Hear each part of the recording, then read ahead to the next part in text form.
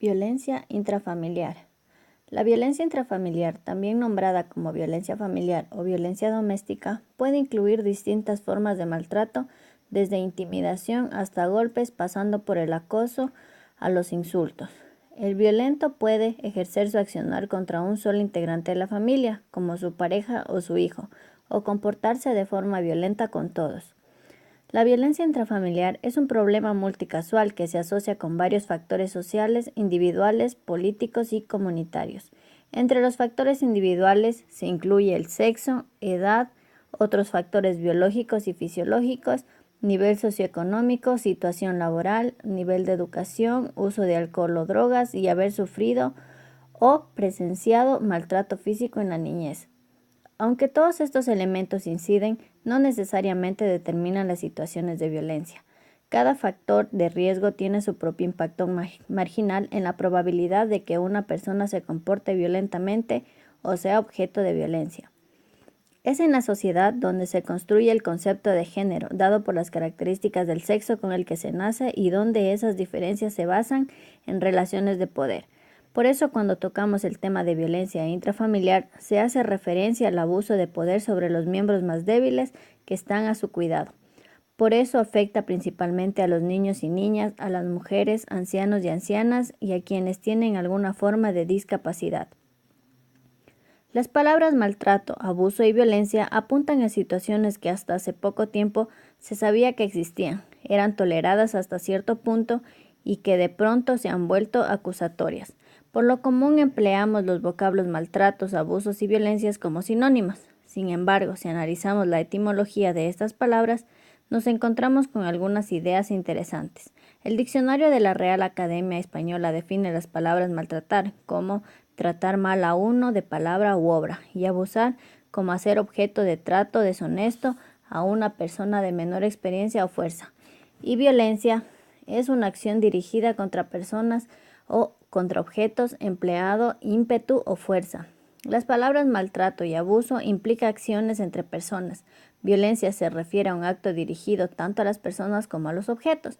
Los términos maltrato y abuso tienen una dimensión relacional. Sin embargo, el abuso añade una relación de poder a la definición de maltrato, en la que se hace mal uso de este. Así, el maltrato podría darse entre pares, como en el caso de dos hermanos que pelean, mientras que el abuso implica una situación desequilibrada de poder entre las personas que participan en la relación. El maltrato ha sido un tema que la sociedad difícilmente ha logrado definir como problema. Hasta no hace mucho lo que ocurría dentro de las familias pertenecía a las familias, el espacio que en muchos aspectos era visto como intocable.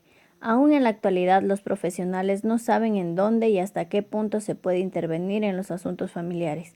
Existe un cierto pudor que se transforma en una barrera que dificulta el acceso a estos problemas. Por lo demás, gran parte de nosotros en alguna circunstancia y de alguna manera hemos tratado mal a nuestros niños, hijos, hermanos, alumnos, y los hemos justificado dándonos diferentes razones. Las familias tienen derechos y responsabilidades con respecto a sus miembros. Si consideramos que los padres tienen derechos sobre sus hijos y que estos priman por sobre la responsabilidad hacia ellos, lo más probable es que pensemos que si un padre golpea a sus hijos, no tenemos razones para intervenir desde afuera. Puede, por ejemplo, educarlo como le parezca, aún con golpes. Si, por el contrario, pensamos que la responsabilidad parental debe primar por sobre sus derechos como padre, lo prioritario será asumir esta responsabilidad y no podrá pensar que puede educarlo como le plazca. Los conceptos de responsabilidad y derechos son conceptos sociales y éticos que vale la pena analizar al estar frente a un caso y cuestionarnos cómo actuar. Una madre separada decía que tenía mucho temor de que su hijo de 5 años saliera con el padre, pues ella sabía que este hombre manejaba en estado de ebriedad. Sin embargo, no sabía qué hacer en esta situación porque él es el padre y el niño lo quiere mucho. Si yo prohíbo estas salidas, tengo miedo de que el padre ya no lo visite más. La madre priorizaba, en este caso, los derechos del padre por sobre la responsabilidad parental y por sobre los derechos del niño a ser protegido. En los casos extremos de maltrato suele no haber problemas en definirlo como tal ni en saber qué hacer con ellos. Si alguien golpea con un palo a un niño y le fractura un brazo, o si un adulto viola a una menor, no tenemos dificultades en nombrarlo como maltrato y en condenarlo. Son las situaciones menos claras o aparentemente menos graves, en las que no sabemos qué hacer o cómo intervenir. Tenemos los tipos de maltrato.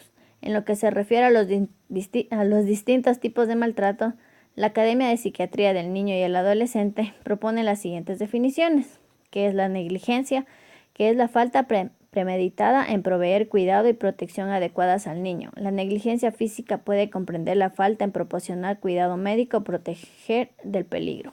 El maltrato físico es infligir lesiones a un niño golpeándolo, pateándolo o mordiéndolo. El maltrato puede causar fracturas, hemorragias internas, equimosis, quemaduras y envenenamientos. El abuso sexual es la conducta sexual entre un niño y un adulto o entre dos niños con edades diferentes o cuando se empleó la coerción. El agresor y la víctima pueden ser del mismo sexo o del sexo opuesto. Las conductas sexuales incluyen todos los pechos, las nalgas y los genitales, con la víctima vestida o desvestida, el exhibicionismo, el sexo oral y la penetración vaginal o anal por órganos sexuales u objetos. La fotografía pornográfica está incluida en la definición de abuso sexual. Hay que considerar factores del desarrollo al evaluar si las conductas sexuales entre dos niños han sido abusivas o normales. El abuso emocional sucede cuando una persona hace que el niño sienta que es indigno, defectuoso, no querido o no deseado. El agresor puede despreciar, aterrorizar, aislar o herir al niño. El abuso emocional puede ocurrir al procurarle repetidamente al niño un tratamiento médico innecesario. El maltrato puede producirse en una amplia gama de circunstancias. Es posible que haya ocurrido una o dos veces o en innumerables ocasiones a lo largo de los años. Por ello, para entenderlo y conocer el universo sobre el que vamos a trabajar, necesitamos realizar un análisis contextual. Con frecuencia nos encontramos frente a dos situaciones en los casos de maltrato. En primer lugar están los casos de sospecha de maltrato. En esta situación no es clara. Alguien, sea de la familia o de la red profesional que rodea al niño, comienza a sospechar que algo ocurre. Pueden estar al frente a indicadores directos o indirectos que son los que alertan a estos casos. Aquí la acción a emprender es la investigación. En segundo lugar, podemos estar frente a un caso en el que el maltratador ha sido confirmado. La acción a emprender entonces es judicial y o terapéutica.